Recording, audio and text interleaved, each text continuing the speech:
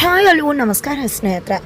ಇಲ್ಲಿ ಜೀವ ಮೇಲೆ ಅಮ್ಮ ಕೋಪಗೊಂಡಿರೋದು ಯಾಕೆ? ಇದರ ನಡುವೆ ರಾಣ ಆಡ್ತಿರೋ ನಾಟಕ ಏನು? ಫೈನಲಿ ಜೀವ ಸತ್ಯ ರಚನಾ ಮುಂದೆ ಬಿಟ್ಟ ಬಯಲಾಗ್ತಿದೆಯಾ? ಏನಾಯಿತು, ಏನು ಕತೆ, ಇದು ಎಲ್ಲವನ್ನ ಕೂಡ ತಿಳ್ಕೊಬೇಕು ಅಂದರೆ ಈ ಒಂದು ವಿಡಿಯೋವನ್ನು ಪೂರ್ತಿಯಾಗಿ ನೋಡಬೇಕಾಗತ್ತ. ಇಲ್ಲಿ ಜೀವ ಬಗೆಗಿನ ಒಂದಷ್ಟು ಸತ್ಯವನ್ನು ಭರಣಿ ಲಾಯರ್ ಅಂದ ಇಲ್ಲಿ ರಚ್ಚು ತಿಳ್ಕೊತಾಳೆ. ಅದರ ನಡುವೆ ಅಮ್ಮನಿಗೆ ಯಾಕಷ್ಟು ದ್ವೇಷ? ಸ್ವಂತ ಮಗನ ಮೇಲೆ ಅಷ್ಟು ಪ್ರೀತಿ ಮಾಡ್ತಿದ್ದ ಅಮ್ಮ ಈ ರೀತಿ ದ್ವೇಷ ಮಾಡೋಕೆ ಯಾಕೆ?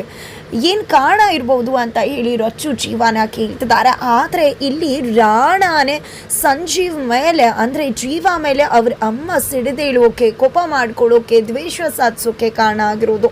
ಅದೇ ಕಾರಣಕ್ಕೆ ಇಲ್ಲಿ ಯಾವಾಗ ಸಂಜೀವ್ ವಾಪಸ್ ಮನೆಗೆ ಬರ್ತಿದ್ದಾನೆ ಅನ್ನೋದು ರಾಣಾಗೆ ಗೊತ್ತಾಗುತ್ತೋ ಅದೇ ಕ್ಷಣ ಎಮೋಷ್ನಲ್ ಡ್ರಾಮಾ ಮಾಡೋಕೆ ಶುರು ಮಾಡ್ತಿದ್ದಾರೆ. ಇಲ್ಲಿ ಜೀವ ಮನೆಗೆ ಹೋಗದೇ ಇರೋಕೆ ಕಾರಣನೇ ರಾಣ. ಆ ಸ್ಮಶಾನದಲ್ಲಿ ಸಮಾಧಿ ಮಾಡಬೇಕಾದ್ರೂ ಕೂಡ, ಅಪ್ಪನ ಸಮಾಧಿ ಮಾಡಬೇಕಾದ್ರೂ ಕೂಡ ಅಲ್ಲಿ ರಾಣ ಜೀವ ಹತ್ರ ನೀನು ಎಲ್ಲಿಂದ ಬಂದ್ಯೋ ಅಲ್ಲಿಗೆ ವಾಪಸ್ ಹೋಗು, ಮತ್ತೆ ಇಲ್ಲಿ ಬಂದರೆ ಈ ಒಂದು ಸ್ಮಶಾನದಲ್ಲಿ ಬೇಕಾದಷ್ಟು ಸಮಾಧಿಗಳಾಗ್ತವೆ ಅನ್ನೋ ಎಚ್ಚರಿಕೆಯನ್ನು ಕೊಟ್ಟಿದ್ರು. ಅಂದಮೇಲೆ ಇಲ್ಲಿ ಜೀವಾಗೆ ಭಯ ಇರೋದು ರಾಣ ಬಗ್ಗೆನೇ.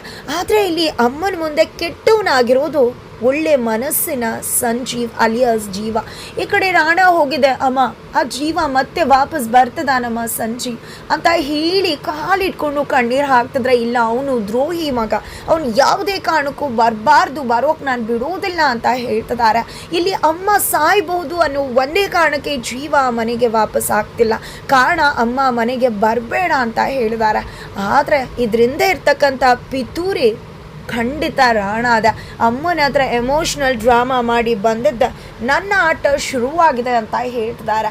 ಆದರೆ ಇಲ್ಲಿ ರಚ್ಚು ಮತ್ತು ಜೀವ ಮನೆಗೆ ಕೂಡ ವಾಪಸ್ ಹೋಗ್ತಿದ್ದಾರೆ. ಹಾಗಿದ್ರೆ ಹೊಸ ಕತೆ ಶುರುವಾಗ್ತದೆ. ಹೇಗಿರುತ್ತೆ ಮುಂದೆ ನೋಡಿ.